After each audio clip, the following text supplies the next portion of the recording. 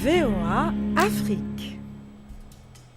Bonjour à tous, merci de regarder VOA Afrique. Bienvenue, c'est votre santé, votre avenir.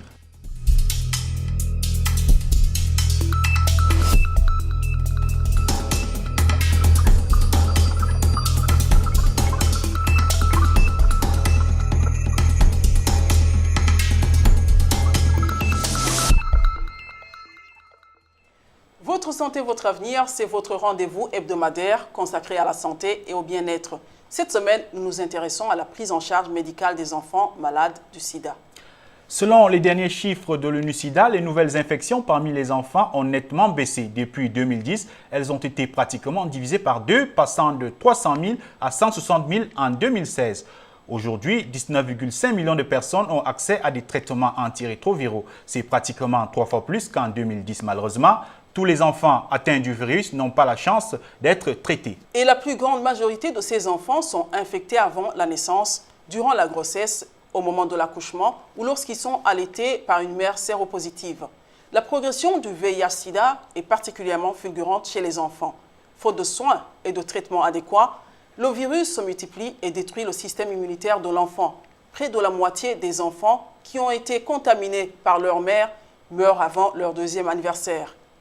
La prise en charge médicale est donc plus que primordiale pour la survie de ces enfants. En République démocratique du Congo, les enfants malades du sida se comptent à 3 338 selon le programme national de lutte contre le sida dans ce pays. Ces enfants sont mis sous traitement antirétroviral en ARV en sigle. Ces traitements sont presque toujours prescrits en association et le plus souvent en trithérapie, c'est-à-dire en combinaison de 3 molécules.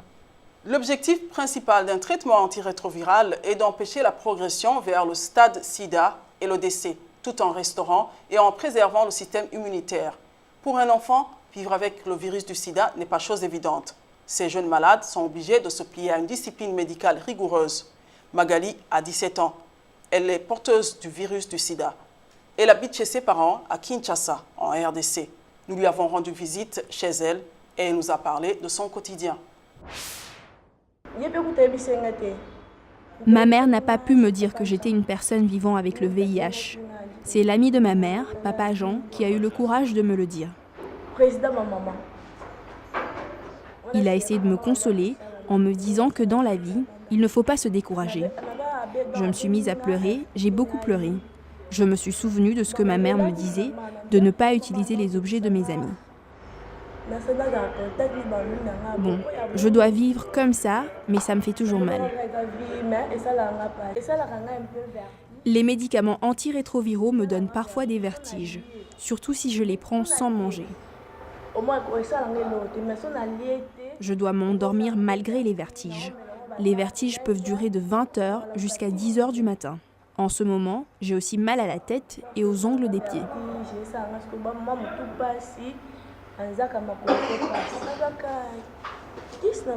Je prends les médicaments gratuitement à l'hôpital, mais pour la nourriture, c'est ma famille qui s'en occupe. Des fois, on reste toute une journée sans manger. Je suis une femme et je ne pensais pas devoir vivre avec le VIH, mais j'espère me marier un jour et avoir des enfants. Beaucoup de mes amis ont aussi le VIH. Ils se sont mariés et ils ont des enfants. Grâce à Dieu, j'ai rencontré des gens qui sont comme moi et on s'entend très bien.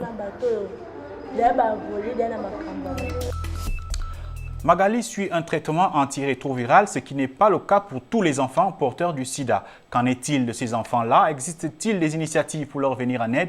Votre santé, votre avenir a posé la question au docteur Jonathan Kaunda. Il est directeur du département de coordination des secteurs coopération et partenariat en RDC. Il nous parle du programme du gouvernement dans la prise en charge médicale des enfants porteurs du virus du sida. Et pour les enfants atteints de sida, nous avons deux types de programmes. Il y a un volet préventif et il y a aussi le volet curatif. Concernant le volet préventif, nous pensons surtout à un programme de prévention de la transmission du virus de la mère à l'enfant. Nous pensons ici surtout à l'élimination du virus de la mère à l'enfant, avec un certain nombre d'activités que nous préconisons là-dedans, donc surtout les traitements préventifs à la mère pour que l'enfant puisse être protégé, même s'il est né du virus du sida, mais il sera quand même protégé à un certain moment. Selon Médecins sans frontières, le prix le plus bas pour une combinaison en dose fixe de première intention, c'est-à-dire ténofovir, emtricitabine et favirenz, est de $100, environ 5 600 francs CFA par personne et par an. Ceci représente une diminution de 26% depuis 2014.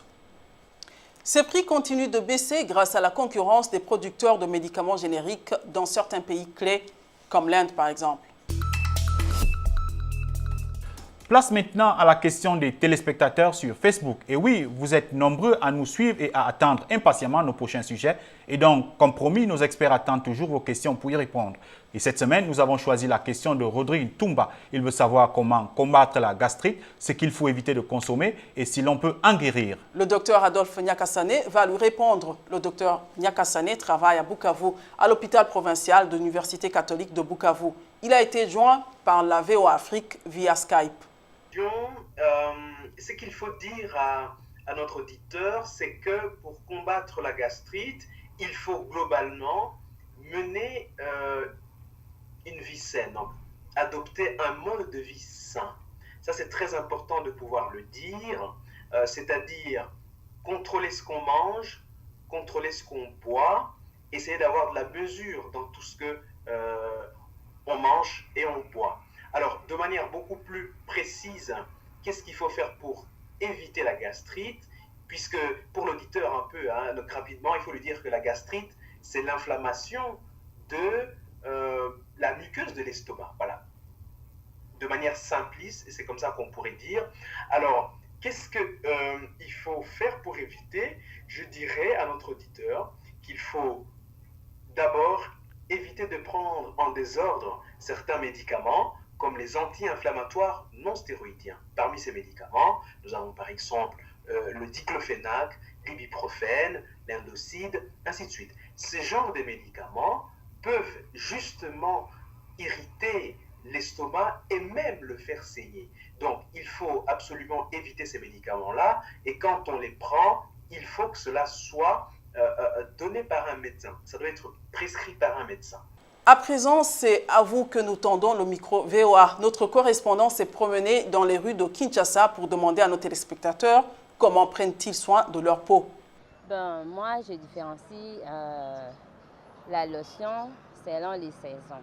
Parce que pendant la saison de pluie, j'utilise la lotion. Tandis que pendant la saison sèche, j'utilise de l'huile. Parce que quand il fait chaud, on doit utiliser des lotions parce qu'on risque d'avoir des tampons. La seule